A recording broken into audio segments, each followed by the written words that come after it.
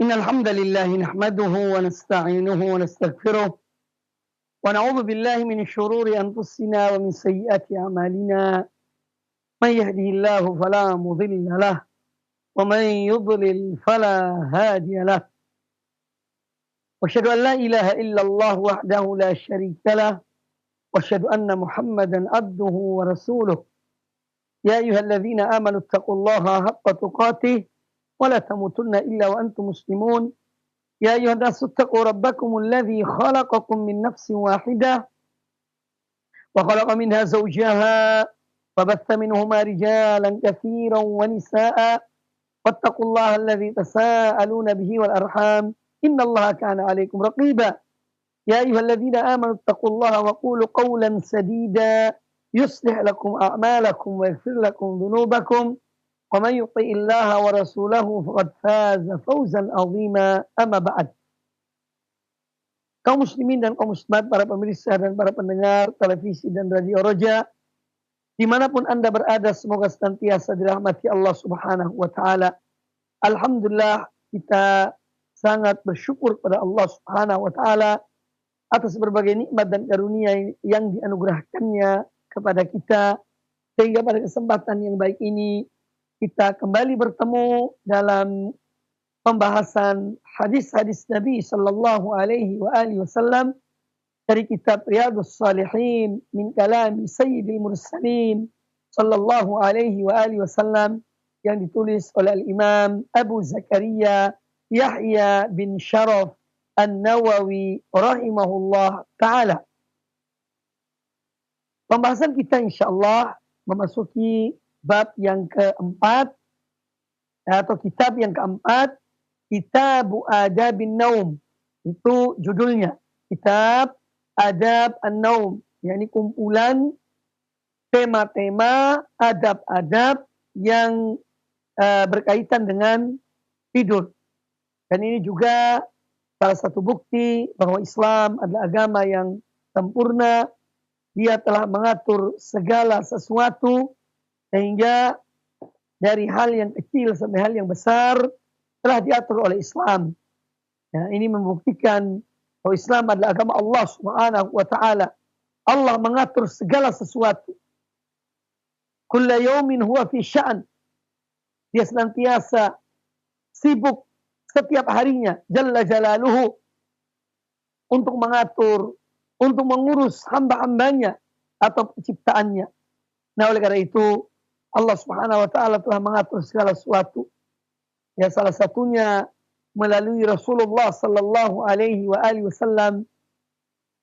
Allah mengajarkan melalui beliau bagaimana adab-adab tidur seorang mukmin tatkala dia akan tidur, karena tidur itu an-naumu akhul maut. Tidur adalah saudara dari kematian.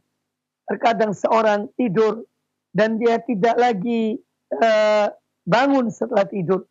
Nah, oleh karena itu seorang seyogianya untuk melaksanakan adab-adab tersebut ketika akan tidur, ya, di malam hari, supaya kalau memang ditakdirkan oleh Allah Subhanahu wa Ta'ala bahwa dia akan dicabut ruhnya, dicabut nyawanya dalam keadaan dia tidur itu, maka dia insya Allah wafat dalam keadaan husnul khatimah. Maka dari itu kita melihat perhatian agama kita dan apa yang diajarkan oleh Nabi sallallahu alaihi wasallam tentang bacaan-bacaan dan adab-adab tidur sangat banyak, ya, sangat banyak. Disebutkan oleh Al-Quranul Karim tentang tidurnya seseorang itu, kalau dia dikehendaki bangun, maka dia akan dibangunkan Allah di pagi hari. Tetapi kalau memang dia meninggal, dicabut nyawanya, maka dia akan wafat. Allah Ta'ala berfirman dalam surat Az-Zumar ayat yang ke-42, Allahu yatawaffal anfusa hina mautiha. Allah, dialah yang mematikan jiwa itu ketika jiwa itu mati. wa wallati lam tamut fi manamiha. Dan demikian pula yang belum mati dalam tidurnya. Fayumsikul ladzi qada 'alaiha al-maut. Maka Allah kemudian menahan ruh orang yang sudah ditetapkan bahwa dia dengan tidurnya itu dia akan mati. Maka ditahan ruhnya oleh Allah Ta'ala. Wa yursilul ukhra. Dan dia lepaskan kembali, dia berikan kembali kepada ruh itu ila ajali musamma, kepada yang memang masih hidup, yang masih panjang umurnya. Dikembalikan ruh itu sampai waktu yang telah ditetapkan. Inna fi dzalika laayatin liqaumin yatafakkarun. Sesungguhnya pada yang demikian itu terdapat ayat-ayat, tanda-tanda kekuasaan Allah bagi kaum yang senantiasa berfikir. Ya, ini disebutkan dalam surat Az-Zumar ayat yang ke-42. Maka dari itu ketika seorang tidur, anggaplah dia ini akan mati. Karena kalau Allah menghendaki dikembalikan ruhnya, dia bangun di pagi hari, dan jika Allah menghendaki ketika dia tidur dicabut nyawanya, tidak dikembalikan lagi ruhnya kepada dirinya. Ya, oleh karena itu Ar-Rasul alaihissalam mengajarkan kepada kita adab-adab di dalam tidur. Dan adab dalam tidur banyak sekali, ya, bacaan-bacaan, kemudian pula membaca Al-Quranul Karim. Dan alhamdulillah Allah memberikan taufik kepada kami, ya, untuk menyusun sebuah risalah, ya, risalah tentang tidur, ya, adab-adab tidur sesuai sunnah Nabi Sallallahu Alaihi Wasallam, ya, mengantar anda husnul khotimah, yakni dengan seizin Allah Subhanahu Wa Taala. Ini adalah optimisme dari kita, husnudzon dari kita kepada Allah Subhanahu Wa Taala, bahwa bila seorang melakukan adab-adab tidur ini, insya Allah Taala, kalaupun dia meninggal, maka insya Allah dia wafat dalam keadaan husnul khotimah. Kaum muslimin dan kaum muslimat, para pemirsa, bahwa senantiasa dirahmati oleh Allah Subhanahu Wa Taala. Allah Azza wa Jalla juga berfirman dalam Al-Quranul Karim, "Wa min ayatihi manamukum bil-laili wan nahar." Di antara tanda-tanda kekuasaan Allah, kebesaran Allah, yaitu tidur kalian di malam hari. Jadi tidur kita di malam hari atau di siang hari, ini adalah salah satu di antara tanda-tanda kebesaran Allah. Wa btigha'ukum min fadlihi. Demikian pula ketika kalian diberikan, yakni kemauan, diberikan gerakan dalam diri kita untuk mencari karunia Allah, yaitu siang hari. Ya. Ini semua adalah tanda-tanda kebesaran Allah Ta'ala. Inna fi dzalika laayatin liqaumin yasma'un. Sesungguhnya pada yang demikian itu benar-benar terdapat tanda-tanda kebesaran Allah atau kekuasaan Allah bagi kaum yang mau mendengar. Ya. Jadi kita di malam hari, ya, Allah memberikan kepada kita rasa ngantuk. Kemudian kita tidur. Di siang hari kita diberikan semangat untuk beraktivitas, semangat untuk bekerja, semangat untuk mencari nafkah dan mencari rezeki. Ini semua ada di antara tanda-tanda kebesaran Allah Subhanahu Wa Taala yang patut kita syukuri, yang patut kita jalankan dengan sebaik-baiknya. Adapun bab yang pertama yang dibawakan oleh Imam An-Nawawi rahimahullah ta'ala dalam kitab Adabin Naum, ini kumpulan bab-bab tentang tidur ini. Bab yang pertama, kata beliau, babu adabin naumi wal ittija' wal qu'ud wal majlis wal jalis wal ru'ya. Bab yang mencakup adab-adab tidur. Ya. Adab-adab tidur, adab al-ittija'. Ketika seorang tidur, ya, berbaring, wal qu'ud ketika duduk, wal majlis juga di majlis, juga ada berkaitan dengan al-jalis teman duduk, war ru'ya, dan adab-adab berkaitan dengan ar-ru'ya, yaitu berkaitan dengan mimpi. Karena kita di malam hari mimpi.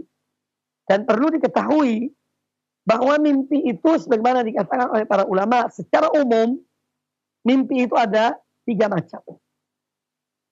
Yang pertama, ar-ru'ya as-salihah. Mimpi yang baik, ya, mimpi yang bagus. Ini adalah mimpi seorang mukmin. Ya. Jadi suatu mimpi yang baik. Maka mimpi yang baik ini sumbernya adalah dari Allah Subhanahu wa taala. Kemudian yang kedua yaitu al-hulmu. Ini juga mimpi. Tetapi mimpi al-hulmu ini dari syaitan. Bisa jadi kadang-kadang mimpi yang jelek atau mimpi yang sampai misalnya seorang junub, ya, mimpi seorang wanita atau mimpi intinya yang demikian. Maka ini dari syaitan, ya. Mimpi yang jelek itu dari syaitan. Kemudian yang ketiga, hadithun nafsi.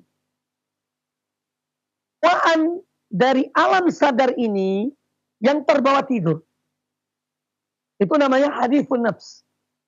Misalnya, kadang-kadang orang itu seorang siswa atau mahasiswa misalnya, ya dia ini menghadapi ujian. Belajar luar biasa.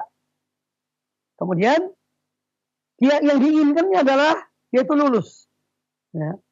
Maka apa yang dialaminya, yang dipikirkannya di saat dia sadar itu terkadang terbawa tidur. Sehingga kemudian dia bermimpi bahwa dia misalnya lulus ujian dan baik, atau mungkin dia bermimpi dia tidak lulus ujian. Ya, nah ini namanya hadithun nafs. Jadi sesuatu yang dialami seseorang atau yang dipikirkan oleh seseorang ketika dia dalam keadaan sadar, kemudian terbawa tidur. Ini namanya hadithun nafsi. Jadi ada ar-ru'yatus salihah, ar-ru'ya as-salihah, ini dari Allah Ta'ala, itu mimpi yang baik, mimpi yang indah, mimpi yang bagus. Ya, kemudian yang kedua al-hulmu, ini adalah dari syaitan. Dan yang ketiga adalah yaitu hadithun nafsi, yaitu bawaan dari alam sadar, terbawa tidur, sehingga kemudian muncul dalam tidurnya. Ya, sesuatu yang terbawa dari alam sadarnya ketika dia sadar. Baik. Hadis-hadis yang dibawakan oleh Imam An-Nawawi rahimahullah ta'ala di dalam bab ini, ya, yang pertama, qala rahimahullah ta'ala, Anil Bara ibn Azib radhiyallahu anhuma qala, dari Al-Bara bin Azib radhiyallahu anhuma, beliau berkata, kana Rasulullah sallallahu alaihi wasallam idza awa ila firashihi. Dahulu Rasulullah sallallahu alaihi wasallam idza awa ila firashihi, kalau beliau mendatangi tempat tidur beliau, nama ala shiqqihi al-ayman, maka beliau tidur dengan menindih sisi kanannya. Dan menindih menjadikan sisi kanan ini yang ditindihnya, yang di bawahnya, ya, shiqqil ayman. Tsumma qala, lalu beliau berdoa, beliau membaca kalimat ini, Allahumma aslamtu nafsi ilaik. Ya Allah, aku menyerahkan jiwaku ini kepada Engkau. Wa wajjahtu wajhi ilaik, dan aku arahkan wajahku kepada Engkau. Jadi aku menghadapmu ya Allah. Wa fawwadtu amri ilaika, dan aku serahkan urusanku hanya kepada Engkau. Wa alja'tu dhahri ilaika, dan aku sandarkan punggungku hanya kepada Engkau. Raghbatan wa rahbatan ilaik, karena semata-mata ingin mendapatkan rahmat dari Engkau ya Allah, dan semata-mata karena takut akan azab-Mu. La malja'a wa la manja minka illa ilaik. Tidak ada tempat bersandar, tidak ada juga tempat untuk menyelamatkan diri dari azab-Mu ya Allah, illa ilaika, kecuali dengan kembali kepada engkau. Kecuali dengan kembali kepada engkau. Amantu bi kitabika alladhi anzalta. Aku beriman kepada kitabmu yang engkau turunkannya, yaitu Al-Quranul Karim. Wa nabiyyika alladhi arsalta, dan aku beriman kepada nabimu yang engkau utus. Nah, ini salah satu dari bacaan-bacaan ketika akan tidur.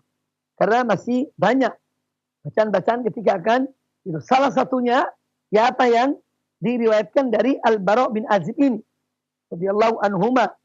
Hadis ini dikeluarkan Imam Al-Bukhari ya di dalam kitab Al-Adab dari Sahih Al-Imam Al-Bukhari.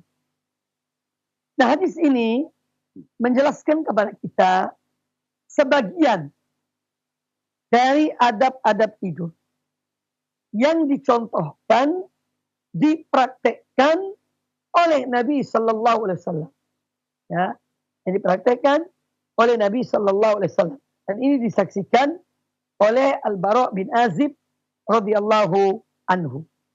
Bahwa An-Nabi alaihi wasallam kalau beliau mendatangi kasurnya, mendatangi tempat tidurnya, beliau itu tidur dengan ya menjadikan posisi atau sisi kanan beliau ini yang di bawahnya. Ya. Itu yang di bawahnya. Kemudian beliau berdoa. Ya. Dan ini pernyataan-pernyataan Nabi sallallahu alaihi wasallam yang diajarkan kepada kita, ini pernyataan seorang hamba. Bagaimana ketika dia menyerahkan seluruh perkaranya, zahiran wa batinan, baik yang tampak ya maupun yang tidak tampak, urusan-urusannya, jasadnya, punggungnya, semua diserahkan kepada Allah Subhanahu wa taala. Ya. Dia menyatakan hal itu karena apa? Ya, bacaan ini dan apa yang diajarkan oleh Nabi SAW ini betul-betul ya apabila kita renungkan sangat mengena. Karena seorang ketika dia tidur itu, dia tidak tahu apakah dia ini akan dibangunkan lagi ataukah mungkin tidurnya itu sebagai pembukaan, sebagai permulaan dari tidurnya untuk selamanya, ini untuk kematiannya.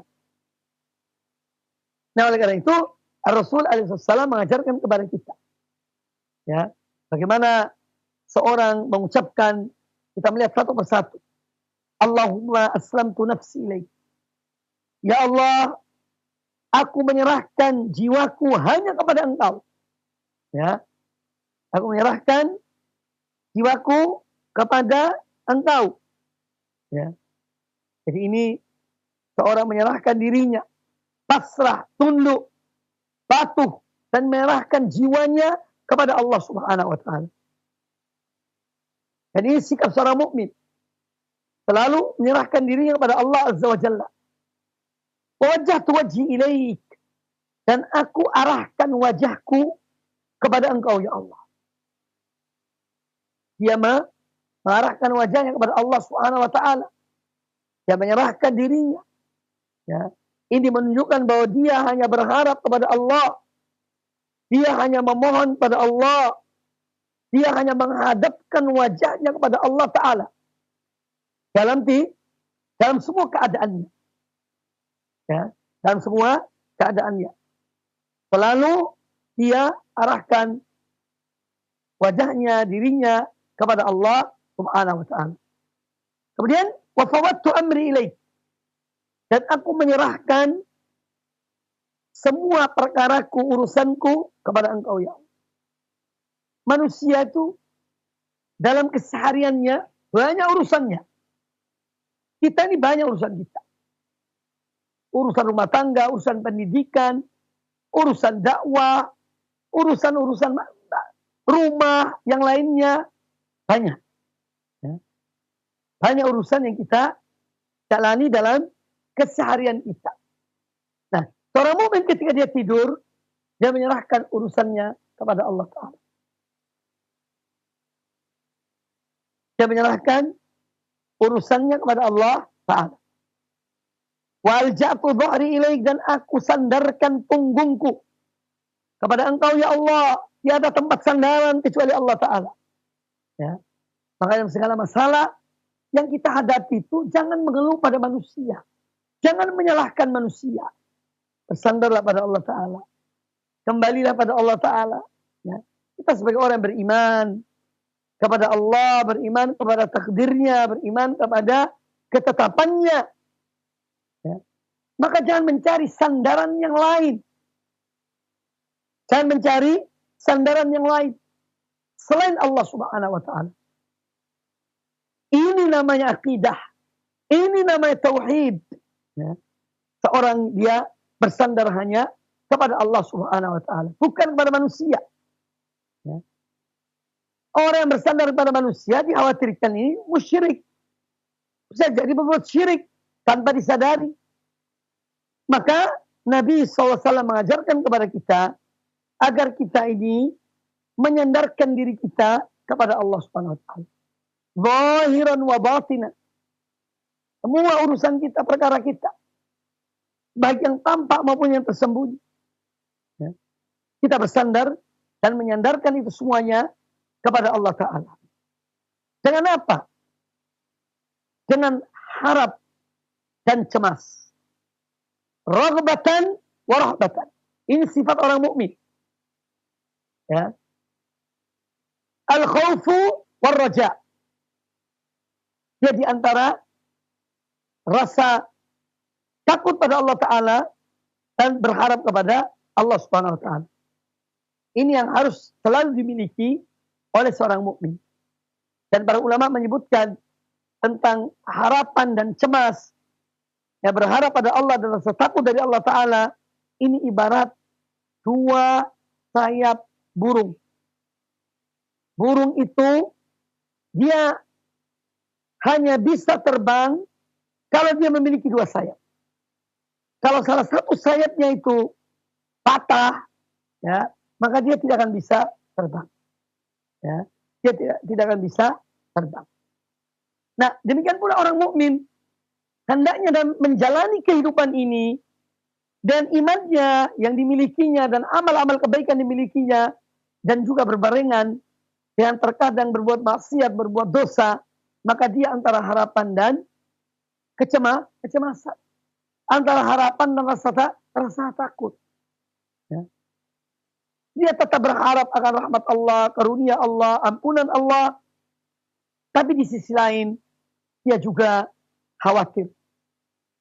Kalau dia mendapat azab dari Allah Ta'ala. Ya. Makanya raghbatan wa rahbatan ilaika. Ini semua dilakukannya karena apa? Berharap akan rahmat Allah, ampunan Allah. Wa rahbatan, dan karena rasa takut kepada azab Allah dan ancaman-ancaman Allah bagi orang-orang berbuat dosa. Lalu kata beliau dalam doanya, la malja'a wa la manja minka illa ilaik. La malja'a, malja' itu mu'tamad, sesuatu yang menjadi sandaran. La malja'a, tidak ada tempat sandaran. Ya.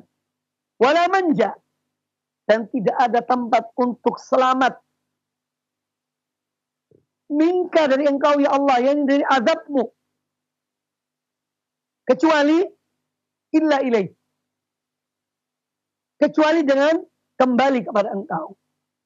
Inilah yang kemudian Allah memerintahkan kita untuk berlari kepada Allah. Fafirru ilallah. Fafirru ilallah. Berlarilah kalian menuju Allah. Dan kembali kepada Allah. Bertaubat pada Allah. Ya. Ini yang diperintahkan kita. Maka tidak ada tempat bersandar, tidak ada tempat untuk menyelamatkan diri kita dari azab Allah, kecuali dengan kembali kepada Allah Ta'ala. Dan bertaubat pada Allah Ta'ala. Dan mengharapkan ampunan Allah Subhanahu Wa Ta'ala. Mengharapkan ridhonya Jalla Jalaluhu. Kemudian di akhir dari bacaan seseorang, ketika dia akan tidur, dia menyatakan tentang keimanannya. Sehingga apabila dia meninggal dalam iman. Ya. Amantu bi kitabika alladzi anzalta. Ya Allah, aku ini beriman kepada kitabmu yang engkau turunkan. Ya. Yaitu Al-Quranul Karim. Wa nabiyyika alladzi arsalta. Dan aku beriman kepada nabimu yang engkau utus. Yaitu Rasulullah sallallahu alaihi wasallam. Kemudian tidur. Ya. Kemudian tidur. Ini kalimat-kalimat yang diucapkan oleh seorang hamba ketika akan tidur. Ini adalah pengakuan-pengakuan yang agung. Ya. Dari seorang hamba kepada Allah subhanahu wa ta'ala. Makanya ada sebagian riwayat menyebutkan, jadikan kalimat-kalimat ini sebagai ucapan terakhir sebelum tidur. Karena ada beberapa bacaan tidur. Ya. Di antaranya kita dianjurkan membaca ayat kursi. Kita dianjurkan membaca misalnya 2 ayat dari surat Al-Baqarah yang terakhir. Ya. Kemudian kita dianjurkan membaca zikir subhanallah 33 kali. Alhamdulillah 33 kali. Allahu Akbar 34 kali. Hingga menjadi 100. Ya. Dan masih ada beberapa bacaan yang lainnya. Nah, tapi dianjurkan kita itu untuk menutupi ucapan kita ketika akan tidur dari bacaan-bacaan yang kita baca. Jadikan hadis Al-Bara' bin Azib ini, ya bacaan yang dalam hadis Al-Bara' bin Azib ini yang kita jadikan ucapan yang terakhir.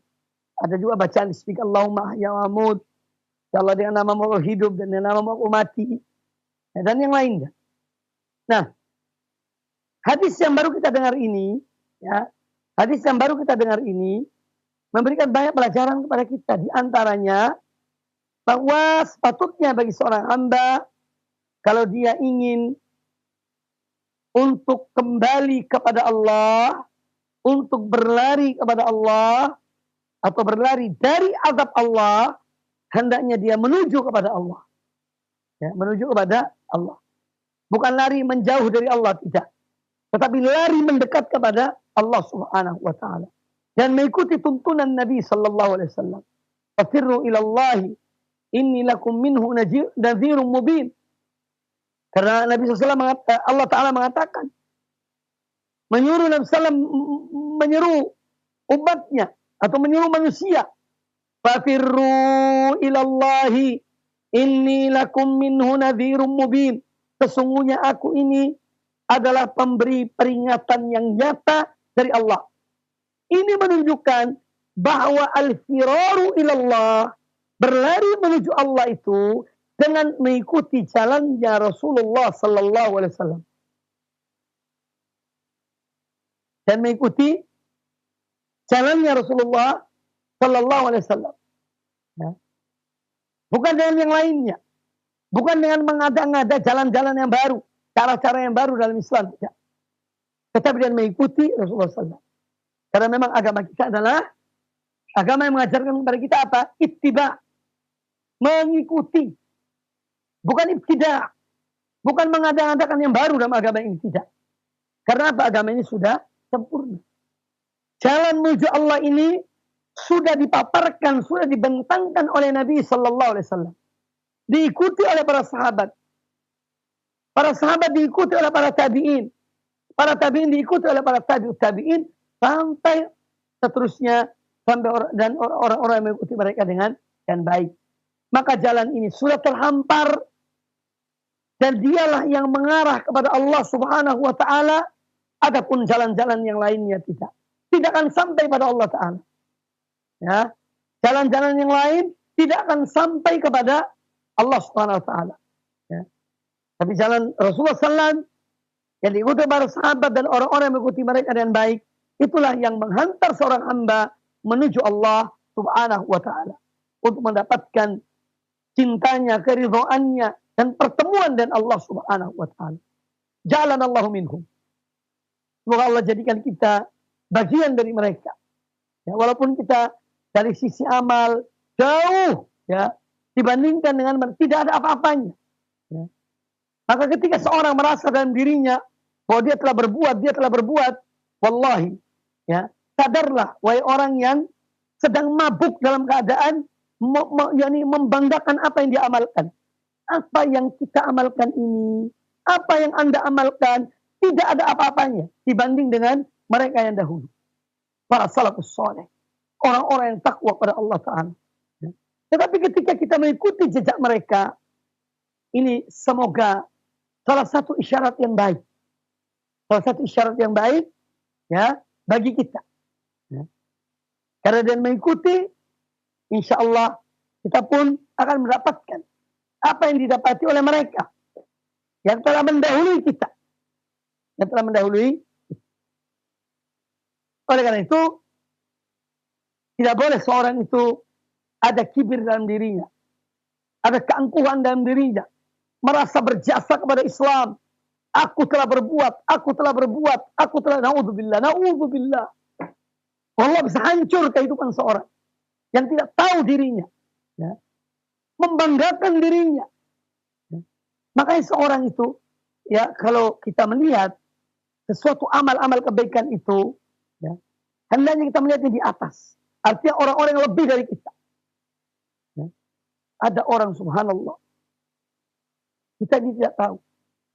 Setiap jam 1:30 malam bangun. Sampai subuh. Sholat tahajud dan witir. Kemudian sholat berjamaah subuh. Dan bekerja. Saya bertanya, apakah saudara tidak ngantuk? Alhamdulillah tidak. Mengapa demikian? Karena taufik dari Allah Azza wa Jalla. Taufik dari Allah Subhanahu wa Ta'ala. Bayangkan. Bangun jam 1:30 di tengah malam. Berwudu kemudian sholat dan baca, berdoa, berzikir sampai subuh. Subhanallah. Kemudian setelah subuh, sholat berjamaah. Setelah sholat berjamaah, pulang ke rumahnya. Waktu duha, sholat duha. 8 rakaat. Subhanallah. Jadi, jika kita bandingkan dan apa yang kita lakukan, ternyata masih ada orang-orang yang jauh lebih baik amal mereka, lebih tekun ibadah mereka. Ini satu nikmat yang Allah berikan. Satu nikmat yang Allah berikan. Ya. Pernah ada seorang wanita, ini dari kisah-kisah salaf dahulu. Dia bangunkan suaminya. Wahai suamiku, bangun. Tengah malam. Sesungguhnya mereka yang berangkat menuju Allah, yang pergi menuju Allah, sudah jauh meninggalkan kita. Ayo bangun wahai suamiku. Kita sholat bersama. Atau kita sholat di malam hari. Subhanallah. Maka apa yang dibanggakan oleh seorang? Apa yang dihebat-hebatkan dirinya oleh seorang hamba? Subhanallah. Ya. Masih ada orang jauh lebih baik dari kita.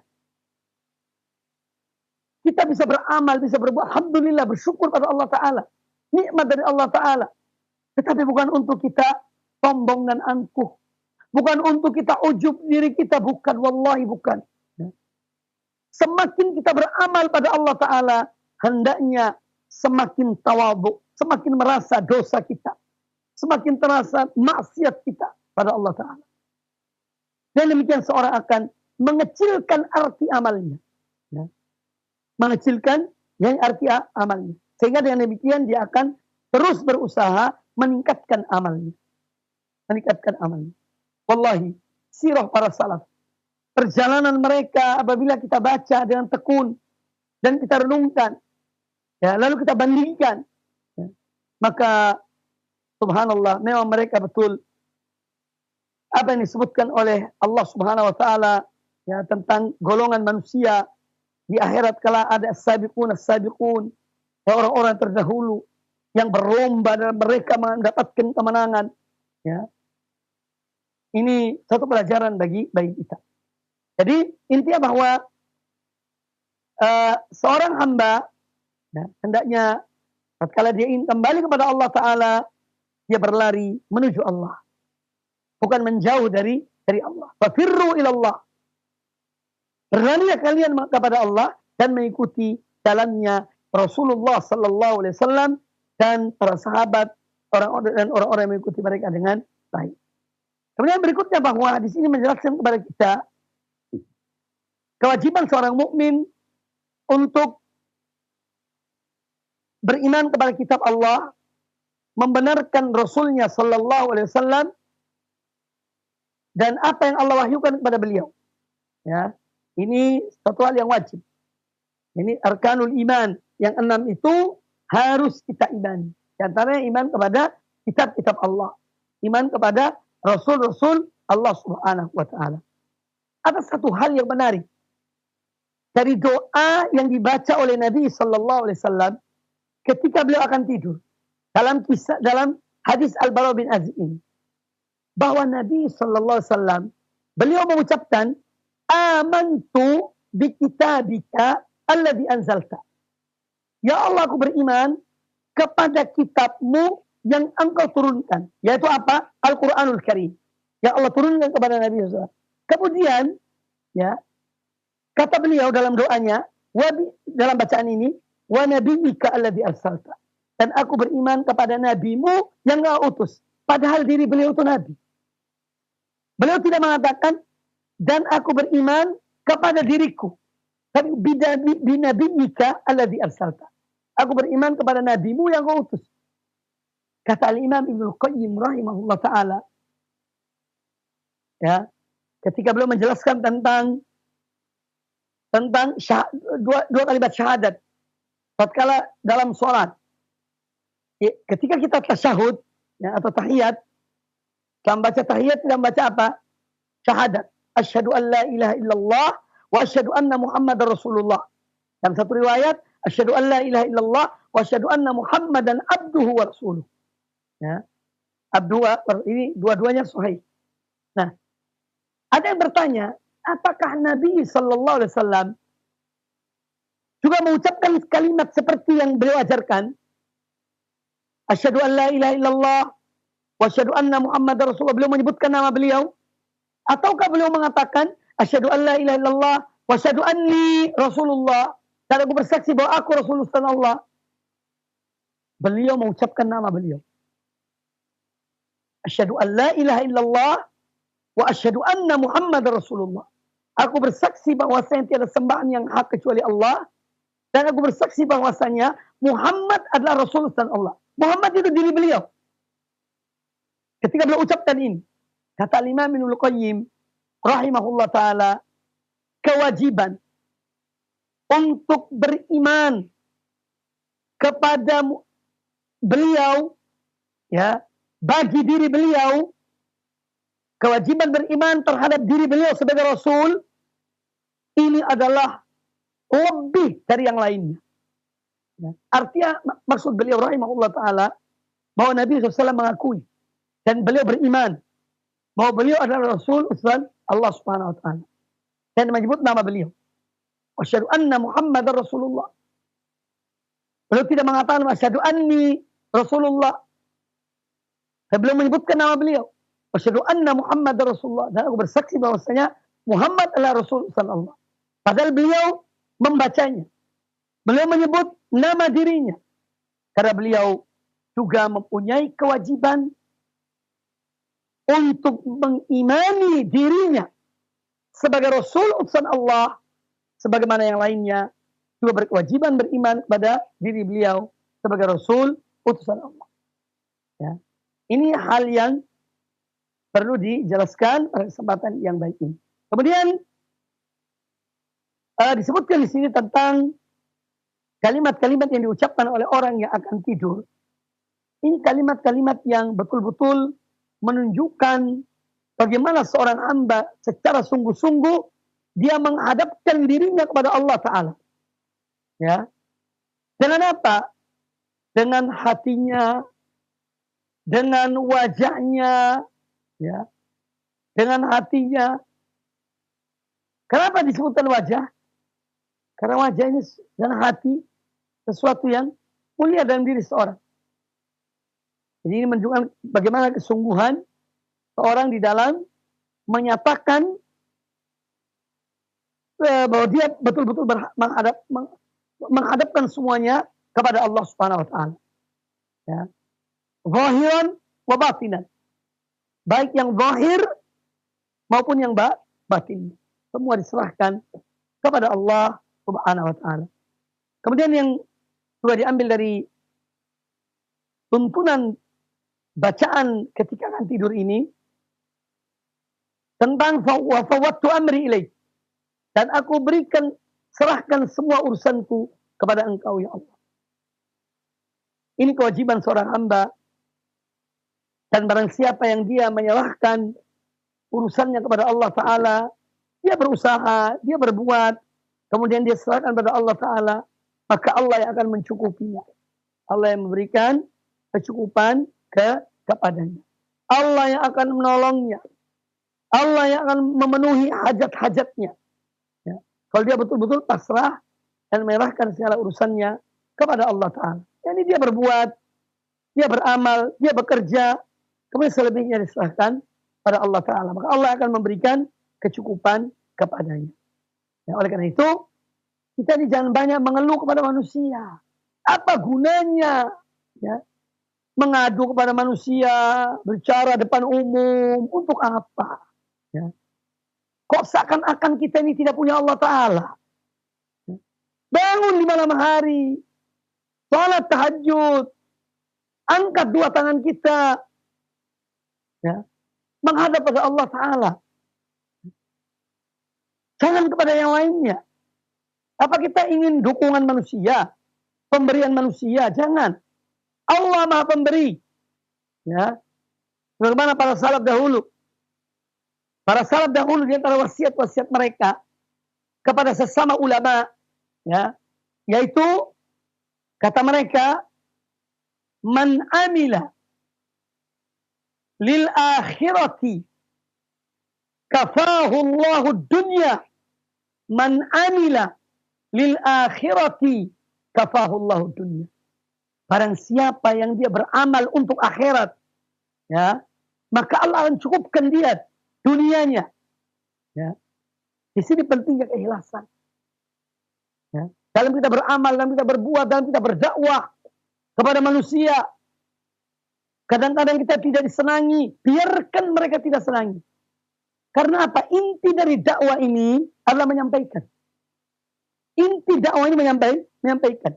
Urusan orang menerima atau tidak menerima, mengikuti atau tidak mengikuti, bukan urusan kita. Bukan urusan da'i. Urusan da'i, perkara seorang da'i, kewajiban seorang da'i, yaitu menyampaikan risalah Allah. Adapun yang menerima, itu bukan urusan kita. Ya, itu urusan Allah Subhanahu wa ta'ala. Nah, ini yang harus kita tanamkan dalam diri kita. Aku punya kewajiban apa? Sampaikan. Selesai. Ya.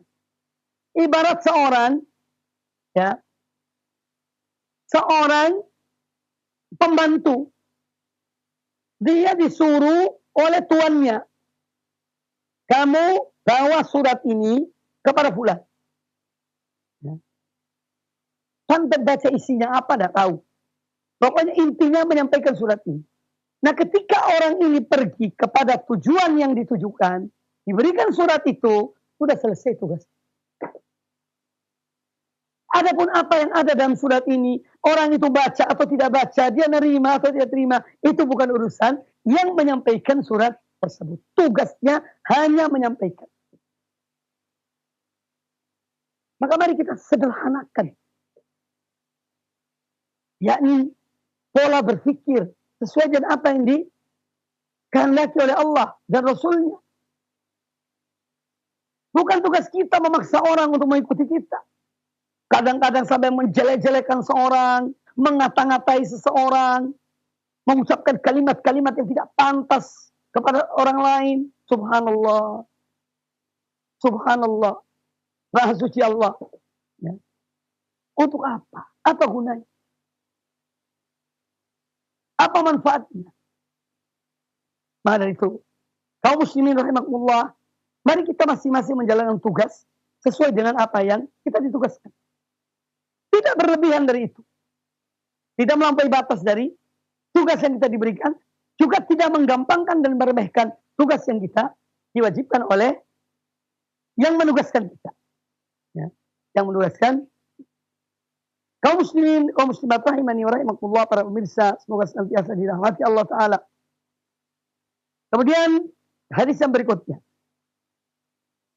Wa anhu qal, juga dari Al-Bara bin Azib radhiyallahu anhu. Kata beliau, qala li Rasulullah sallallahu alaihi wasallam. Rasulullah SAW bersabda, yani berkata kepada aku, kepada Al-Bara bin Azib, "Idza ataita matta'aka," kalau kamu mendatangi tempat tidurmu, kamu hendak tidur, fatawadda wudu'aka lis-shalah. Maka berwuduklah kamu sebagaimana wudukmu ketika akan sholat. Tsumma taji' ala shiqqikal aiman, kemudian berbaringlah kamu dan menindih sisi kananmu. Wa qul, dan katakanlah, Allahumma aslamtu nafsi ilaika, seperti yang disebutkan dalam hadis yang sebelumnya. Nah, dalam hadis yang kedua ini ada lagi satu adab yang diajarkan oleh Nabi sallallahu alaihi wasallam, yaitu berwudu. Ya, yaitu berwudu. Maka kita dianjurkan sebelum tidur itu berwudu. Ya, ketika tidur, aktivitas semua kita selesaikan. Mungkin seorang mau membersihkan giginya, sikat gigi, kemudian wudu. Seperti wudunya ketika akan sholat. Kemudian masuk kamarnya, tidurlah. Sesuai dengan adab ini tadi. Ya, dengan meletakkan posisi kanan yang di bawah. Menindih posisi kanan. Kemudian membaca bacaan-bacaan ketika akan tidur yang sudah diajarkan oleh Nabi SAW. Lalu kemudian kita jadikan kalimat ini yang terakhir. Karena disebutkan di sini, wa dzakara nahwa fihi waj'alhunna akhira ma taqul. Dan jadikanlah kalimat-kalimat ini tadi, yang hadis yang awal tadi itu, sebagai terakhir yang kamu ucapkan. Kalau baca ini udah diam. Tidurlah. Sebagai akhir ucapan. Ini adab-adab yang diajarkan oleh Nabi SAW ketika tidur. Kata pelajaran diambil dari hadis ini, kita dianjurkan untuk, jadi sebagai seorang muslim, sebagai seorang mukmin, dianjurkan untuk tidur dalam keadaan berwudu. Ya. Dalam keadaan berwudu. Sehingga kalau misalnya seorang ditakdirkan Allah Ta'ala meninggal, maka dia meninggal dalam keadaan berwudu. Dia meninggal dalam keadaan berwudu. Dan orang yang tidur dengan wudu itu didoakan oleh para malaikat. Didoakan oleh para malaikat. Mereka mendoakan orang tersebut. Kemudian juga bahwa yang diambil dari dua hadis ini tadi, bahwa memang persiapan untuk mati itu, ya, adalah membersihkan. Apa yang dibersihkan? Batin kita, hati kita, dan zahir kita. Ya. Sehingga betul-betul seorang dalam keadaan bersih, terutama hatinya. Karena kebersihan hati ini lebih utama daripada kebersihan zahir. Ya. Meskipun kita memperhatikan kebersihan zahir, tapi lebih dari itu ini. Ya. Makanya salah satu cerminan hati itu lisan. Ya. Lisan. Apa yang tersembunyi dalam hati ini terungkap dari lisan. Oleh karena itu marilah kita bersihkan hati. Perhatikan betul tentang benda yang satu ini. Yang mana apabila benda ini baik, daging ini baik, semua perbuatan tubuh ini akan baik.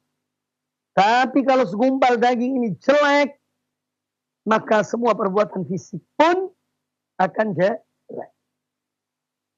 Kemudian di sini menjelaskan kepada kita tentang Jadi seorang mukmin ketika dia mempersiapkan dirinya untuk ketika mempersiapkan dirinya untuk tidur, ya, yang mana tidur diibaratkan kematian, betul-betul persiapkan ya dengan baik dan membersihkan zahir dan batinnya. Kemudian bahwa kadang-kadang seorang ketika tidur itu didatangi oleh syaitan. Ya, dipermainkan oleh syaitan. Makanya kita dianjurkan demikian. Berwudu, kemudian kita membaca bacaan-bacaan sebelum tidur, karena syaitan mendatangi juga kepada orang yang sedang tidur. Untuk dia permainkan. Untuk dia menggoda, merayu, atau menakut-takuti. Ya, dalam mimpi-mimpi yang dibawa oleh syaitan. Kemudian juga dianjurkan ketika seorang tidur itu untuk menindih sisi kanannya. Ya, menindih sisi kanannya. Kemudian di antara hikmah dari menindih sisi kanan itu ketika tidur, itu untuk meringankan beban jantung. Meringankan beban jantung. Karena kalau menindih sebelah kiri, ini jantung yang lebih berat.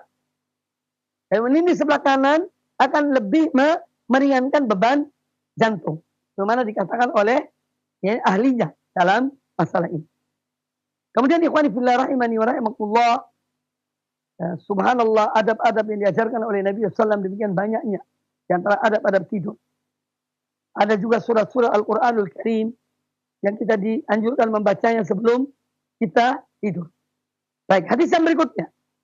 Qala al-Imam An-Nawawi rahimahullah ta'ala, wa an Aisyah radhiyallahu anha qalat, dari Aisyah ummul mukminin radhiyallahu anha, beliau berkata, kana an-nabiy sallallahu alaihi wasallam yusalli min al-lail 11 raka'atan. Adalah Nabi sallallahu alaihi wasallam, beliau salat di malam hari, ya, yusalli min al-lail, beliau salat ya pada bagian malam itu sebanyak 11 rakaat. Sebanyak 11 rakaat. Wa idza tala'a al-fajru, dan apabila telah muncul fajar, telah terbit fajar, ya, salat raka'ataini khafifatain. Beliau salat 2 rakaat. Kalau sudah muncul fajar, fajar sodik, karena fajar itu ada 2 macam. Ada fajar kadhib, ada fajar sodik. Ya. Ada fajar kadhib itu artinya sebetulnya belum masuk waktu subuh. Nanti kalau sudah muncul fajar yang sodik, baru kemudian masuk waktu subuh. Nah, Nabi SAW sholat 11 rakaat. Kalau nanti setelah masuknya fajar, terbitnya fajar, beliau sholat 2 rakaat. Sholat yang ringan. Tumat toja'a ala syikil aiman. Kemudian setelah sholat sunnatul fajar 2 rakaat, yakni sunnah qobliyah subuh 2 rakaat, ittaja'a ala syikil aiman, beliau sambil berbaring menindih sisi kanannya. Hatta yaji al-muadzinu fayu'dzinahu. Sampai datang muadzin, yakni memanggil beliau, memberitahukan beliau bahwa yakni jamaah sudah siap. Untuk baru kemudian beliau keluar, kemudian qomat. Hadis ini muttafaqun alaih, dikeluarkan diriwayatkan Imam Al-Bukhari dan Imam Muslim dalam Sahih Bukhari dan Sahih Muslim. Nah, hadis Aisyah ummul mukminin As-Siddiqah ibnatus Siddiq radhiyallahu anhuma, ya, ini memberikan kepada kita pemberitahuan tentang sholat malamnya Nabi sallallahu alaihi wasallam. Kata-kata yusalli minal lail, kata min di sini menunjukkan bahwa Nabi sallallahu alaihi wasallam sholat malam itu sebagian malam. Tidak semalam suntuk beliau sholat, tidak. Ya. Jarang sekali. Pernah beliau lakukan, tapi jarang sekali. Pada umumnya beliau tidur dulu, baru kemudian bangun untuk sholat. Makanya ketika datang 3 orang yang bertanya tentang amalan-amalan Nabi SAW, ya, kemudian mereka berkata apa yang mereka berkata, maka Nabi SAW mengatakan, wa usalli wa anam. Aku ini sholat di malam hari dan aku juga tidur. Yani di malam hari. Bukan sepanjang malam aku sholat, tidak. Ya. Bukan sepanjang malam aku sholat. Tapi hanya sebagian dari malam. Jadi hadis Aisyah radhiyallahu anha menjelaskan pada kita tentang apa yang dilakukan oleh Nabi Sallallahu Alaihi Wasallam bahwa sholat malam beliau baik di Ramadan ataupun di luar Ramadan itu adalah 11 rakaat. Kemudian setelah masuk fajar, ya setelah terbitnya fajar, beliau sholat 2 rakaat, yaitu sunnatul fajar. Kalau ada yang mengatakan sholat Nabi SAW di malam hari 13 rakaat, itu dalam sebagian riwayat artinya ada 2 rakaat sebelum beliau sholat malam itu. Ya. Beliau melaksanakan 2 rakaat yang ringan, yang disebut dengan sholatul iftitah. Sholat sebagai pembuka untuk sholat malam. Itu 2 rakaat. Kemudian tambah 11. Berarti berapa? Berarti 13. Kemudian sebutkan dalam riwayat ini bahwa beliau sholat setelah terbitnya fajar 2 rakaat yang ringan. Sholat ini adalah sholat sunnatul fajar atau qobliyah subuh. Tidak ada perbedaan antara sunnatul fajar dengan qobliyah subuh. Ini 2 nama untuk sesuatu yang satu. Maka keliru kalau ada orang yang memisahkan sunnatul fajar baru sunnah qobliyah subuh. Tidak. Ini sebetulnya satu pekerjaan tapi 2 namanya. Ya, 2 penyebutannya.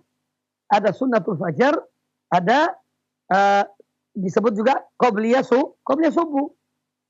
Yaitu dia sunnatul fajar itu qobliyah subuh yang tidak pernah ditinggalkan oleh Nabi sallallahu alaihi wasallam hadaron wa safaron.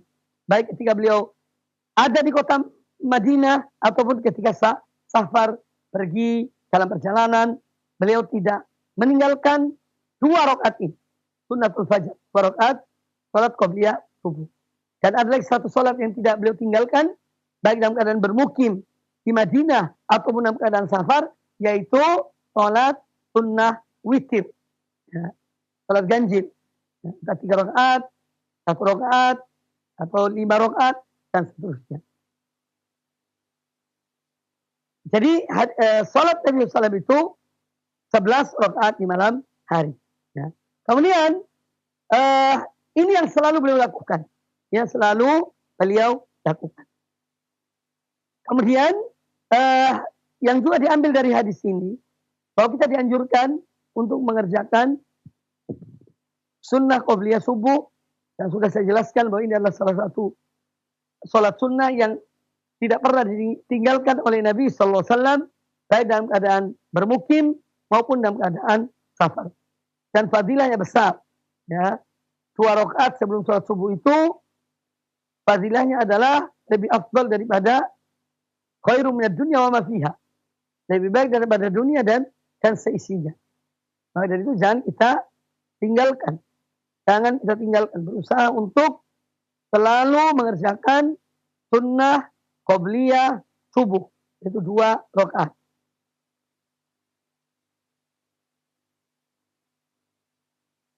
Kemudian juga hadis ini menjelaskan kepada kita keluarnya imam itu untuk memimpin sholat berjamaah itu kalau manusia sudah berkumpul.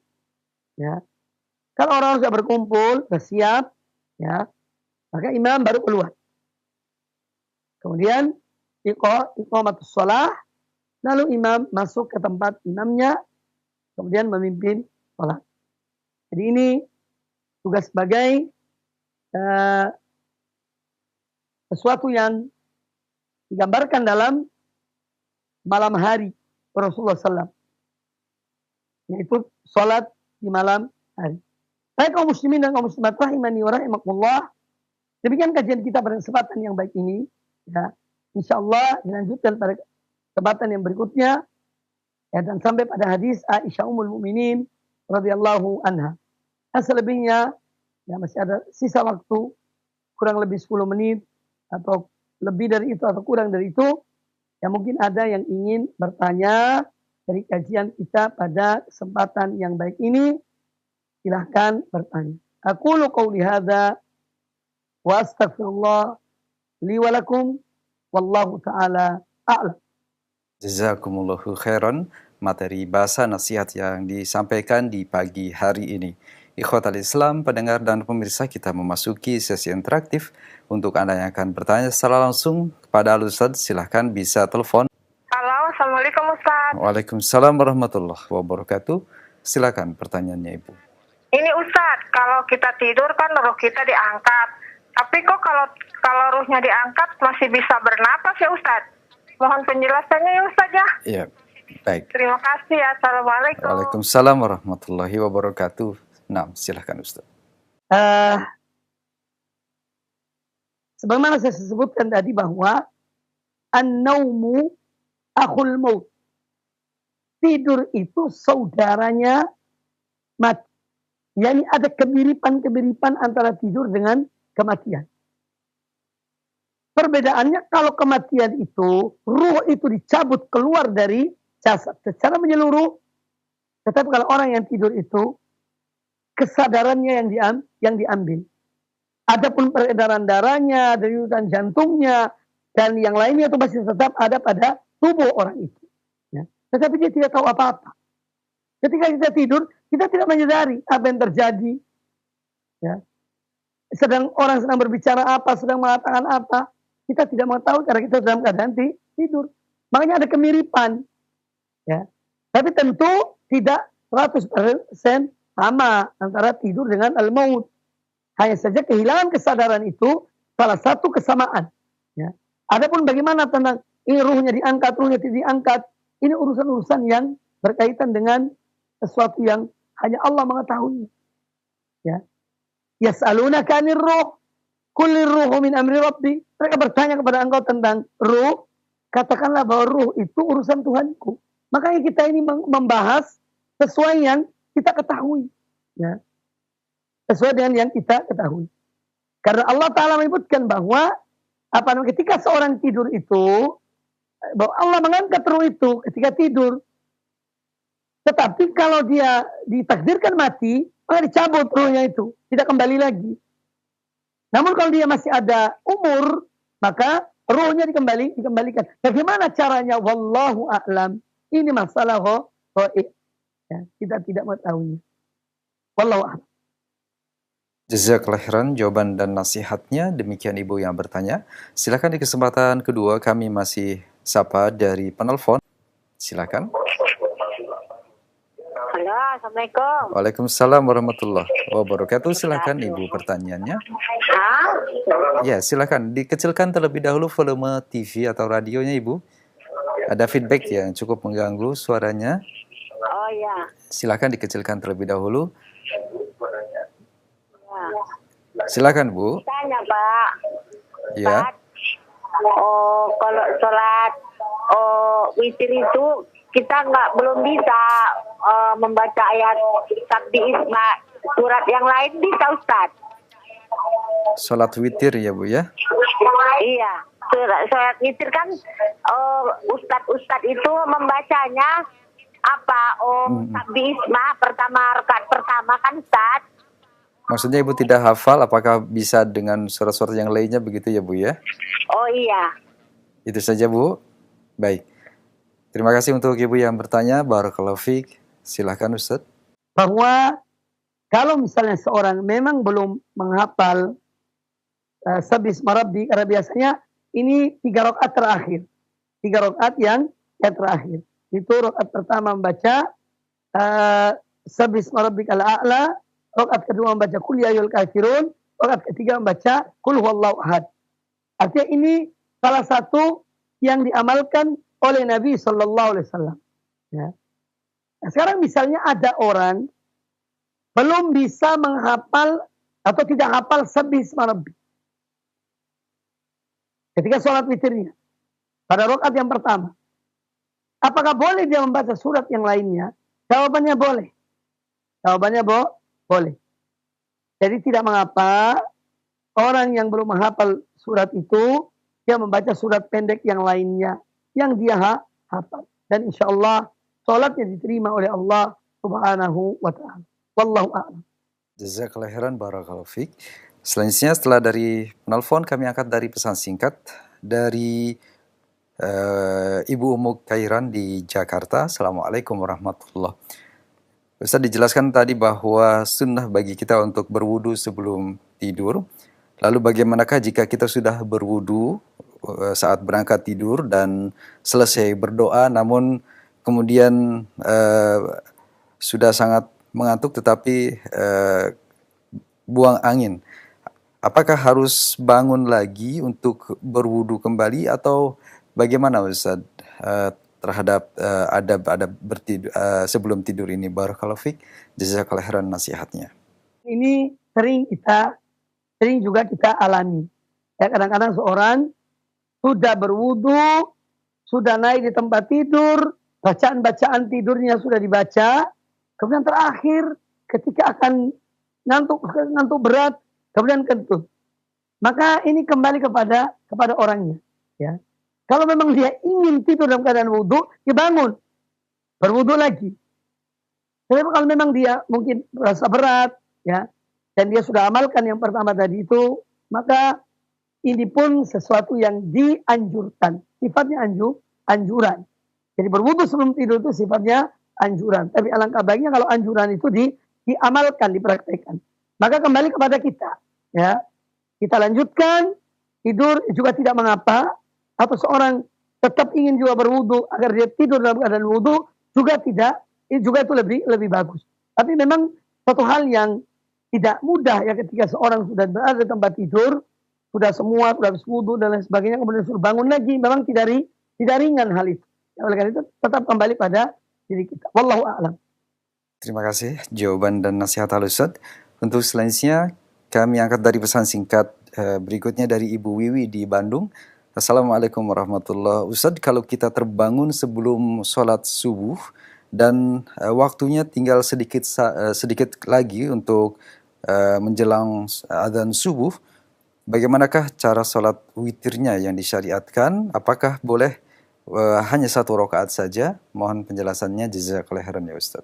Pertanyaannya bagus sekali. Kalau memang seorang terlambat sholat, bangun di pagi hari, dalam arti waktu yang ada untuk dia sholat itu sudah sangat singkat. Dan dia hanya bisa mengerjakan 1 rakaat saja witir. Apakah boleh? Jawabannya boleh. Karena witir itu minimal 1 rakaat. Minimal 1 rakaat. Ya. Jadi boleh seorang di saat sudah akan adzan subuh, ya, dia hanya punya waktu kurang lebih 5 menit misalnya. Atau mungkin lebih kurang dari itu. Silakan dia langsung sholat 1 rakaat dan itu sah. Ya, sebagai sholat witir ya sebelum masuknya waktu subuh. Wallahu a'lam. Jazakallahu khairan jawaban dan nasihat Al-Ustaz. Satu pertanyaan terakhir kami akan sapa dari penelpon. Bagi Anda silahkan di kesempatan terakhir pagi hari ini, silahkan. Assalamualaikum Ustaz. Waalaikumsalam warahmatullahi wabarakatuh. Barakallahu fiik Ustaz. Silahkan Ibu. Ya, barakallahu fiik Ustaz. Oh, iya. Terima kasih. Silakan pertanyaannya. Afwan Ustaz, mau tanya. Ini saya tuh ada penyakit sulit tidur Ustaz. Jadi setiap hari itu sebelum mau tidur tuh udah diamalkan apa-apa yang dianjurkan Rasulullah. Iya. Berwudu, membaca surat-surat Al-Ikhlas, Falaq, An-Nas 3 kali, zikir-zikir sholat 33 itu udah diamalkan Ustaz. Tapi qadarullah udah bisa tidur, kadang sampai baca Al-Muluk, surat Al-Muluk. Itu masih belum bisa tidur juga Ustaz. Dan itu sudah bertahun-tahun. Terus udah ruqyah mandiri. Tapi qadarullah masih sulit tidur. Minta tolong nasihatnya. Sudah diperiksakan ke dokter barangkali Ibu? Sudah, tapi paling dikasih obat tidur Ustaz. Oh begitu ya. Justru saya itu ingin menghindari obat tidur gitu. Oh iya, baik. Itu aja Ustaz. Baik Ibu, terima kasih interaksinya. Iya, jazakallah khair Oh Ustaz. iya. Assalamualaikum. Waalaikumsalam warahmatullahi wabarakatuh. Nah, silakan Ustaz. Artinya memberikan kemudahan kepada ibu yang bertanya ini agar beliau diberikan kesembuhan, karena memang sulit tidur itu juga satu hal yang semacam penyakit. Karena tidur itu kebutuhan kita. Ya, tidur itu kebutuhan kita. Ya. Jadi salah satu di antara tanda-tanda kebesaran Allah Ta'ala. Dan tidur itu kalau mungkin sekarang kita samakan, sama dengan ngecas HP. Ya, HP ketika habis baterainya, dicas dia kuat lagi. Nah, tidur pun mengembalikan kekuatan. Tapi semua ada batasnya. Semua ada batasnya. Seorang mendapat tidur walaupun sedikit, tapi tidurnya pulas, itu sudah sangat membantu orang itu. Sebenarnya seorang misalnya di tempat tidur, berjam-jam tapi dia tidak tidur, juga itu menyiksa. Ya. Maka kita tidur sesuai dengan kebutuhan kita, dan ya inti dari tidur itu secukupnya. Ya. Kadang-kadang kita tidur di malam hari hanya 4 jam. Ya. Dari jam misalnya jam 10 sampai jam 2 malam. Ketika mata terbuka di jam 2 malam itu, sudah tidak bisa tutup lagi. Karena apa? Sudah puas tidur itu. Saat itu kita bangun, wudhu, sholat, ya, untuk mengerjakan sholat. Kalau misalnya ketika sholat dan mendekati subuh, ada rasa ngantuk lagi, silakan kita berbaring sambil menunggu waktu subuh masuk. Jadi intinya bahwa memang tidur adalah salah satu dari nikmat Allah Subhanahu wa Ta'ala. Orang yang tidak bisa tidur, ya ini ujian dari Allah Subhanahu wa Ta'ala. Yang ingin saya ceritakan atau sampaikan kepada ibu yang bertanya, dulu saya itu pernah punya keluarga. Kebetulan beliau sampai sekarang semoga dilindungi, dijaga oleh Allah Ta'ala. Beliau bermukim di Makkah. Beliau mengalami satu kejadian atau satu penyakit seperti yang dirasakan oleh ibu ini. Tidak bisa tidur. Sudah keliling dunia. Bertanya tentang obat tidur ini, tentang bagaimana. Ternyata subhanallah dia datang ke satu tempat, konsultasi dengan seorang dokter. Tentang orang bahwa beliau sulit tidur. Maka apa yang diberikan oleh dokter itu? Dokter itu menyuruh si ibu ini, kebetulan juga wanita, di sore hari, ya sekitar jam 4, itu disuruh jalan keliling, ya, sampai menjelang maghrib. Ya tentu sambil berzikir, sampai intinya ada aman. Nah, nanti di malam hari, sebetulnya sudah ada kepayahan dalam dirinya dengan jalan itu. Kemudian rutin dilakukan oleh ibu tersebut, ya. Subhanallah, malam hari bisa tidur. Jadi kadang-kadang, ya ini seperti yang diceritakan tadi oleh ibu ini, yaitu butuh fisik yang bergerak. Fisik kalau udah capek, dia akan tertidur. Itu mungkin salah satu upaya, dan ini pengalaman yang saya betul mengetahui tentang salah seorang dari keluarga kami yang juga sulit tidur. Nah itu yang diarahkan oleh dokter. Ibu jalan sore hari. Jalan terus putar. Jalan. Jangan berhenti. Ya. Sambil berzikir atau ngaji atau zikir, intinya begitu. Kemudian kalau di malam hari setelah isya mulai muncul, karena nanti akan payah, capek fisik ini, begitu ngantuk langsung tidur. Itu resepnya. Wallahu a'lam, di antara percobaan yang sudah dikerjakan, dipraktekkan, dan alhamdulillah sampai saat ini sudah kembali normal. Maka mungkin kalau resep ini bisa diamalkan, silakan diamalkan, silakan dipraktekkan, ya, karena ini juga arahan dari dokter tentang masalah tersebut. Ya, namun tetap adab-adab tidur tetap diperhatikan, ya. Misalnya baca, paling tidak kita itu ketika tidur itu walaupun tidak harus semua kita baca, ya. Walaupun mungkin sedikit dari bacaan-bacaan tidur itu sudah cukup. Ketika datang ngantuk, langsung tidur. Jangan menunggu ngantuk itu hilang. Ya. Tidur yang nyenyak itu, yang bagus itu, di saat mata ini betul-betul ngantuk, langsung kita itu tidur. Dan kita nunda-nunda, akhirnya hilang ngantuknya, tidak bisa tidur lagi. Ya. Jadi satu nikmat dari Allah Ta'ala adalah tidur. Dan kami mendoakan kepada ibu yang bertanya, semoga Allah berikan ini kemudahan, kesembuhan agar bisa tidur, karena memang tidur adalah kebutuhan kita, ini kebutuhan fisik di dalam untuk mengembalikan kekuatan, ya, ketika kita mengawali aktivitas kita setelah istirahat, setelah tidur. Bahkan tidur siang dianjurkan, walaupun tidak harus nyenyak. Qailula itu tidak mesti harus nyenyak, ya. tidak berhenti artinya. Tapi seorang istirahat, merebahkan fisiknya, ya, di siang hari untuk istirahat. Karena fisik kita ini membutuhkan istirahat. Dia membutuhkan seluruh aktivitas ini harus dihentikan. Ya. Kadang-kadang dengan meluruskan badan, menghilangkan pikiran, ya artinya supaya kita tidak berpikir macam-macam, itu sudah bisa memberikan fisik ini suatu semangat yang baru setelah kita istirahat. Jadi itu perlu, walaupun mungkin hanya 10 menit, 15 menit di siang hari, ya, kalau kita betul-betul berbaring dengan mantap, ya, maka insya Allah itu sudah bisa mengembalikan tenaga. Jadi kita doakan mudah-mudahan ibu diberikan Allah Ta'ala kesembuhan dan bisa tidur yang sewajarnya. Ya amin ya rabbal alamin. Ini yang dapat saya sampaikan pada kesempatan yang baik ini. Wallahu ta'ala a'lam.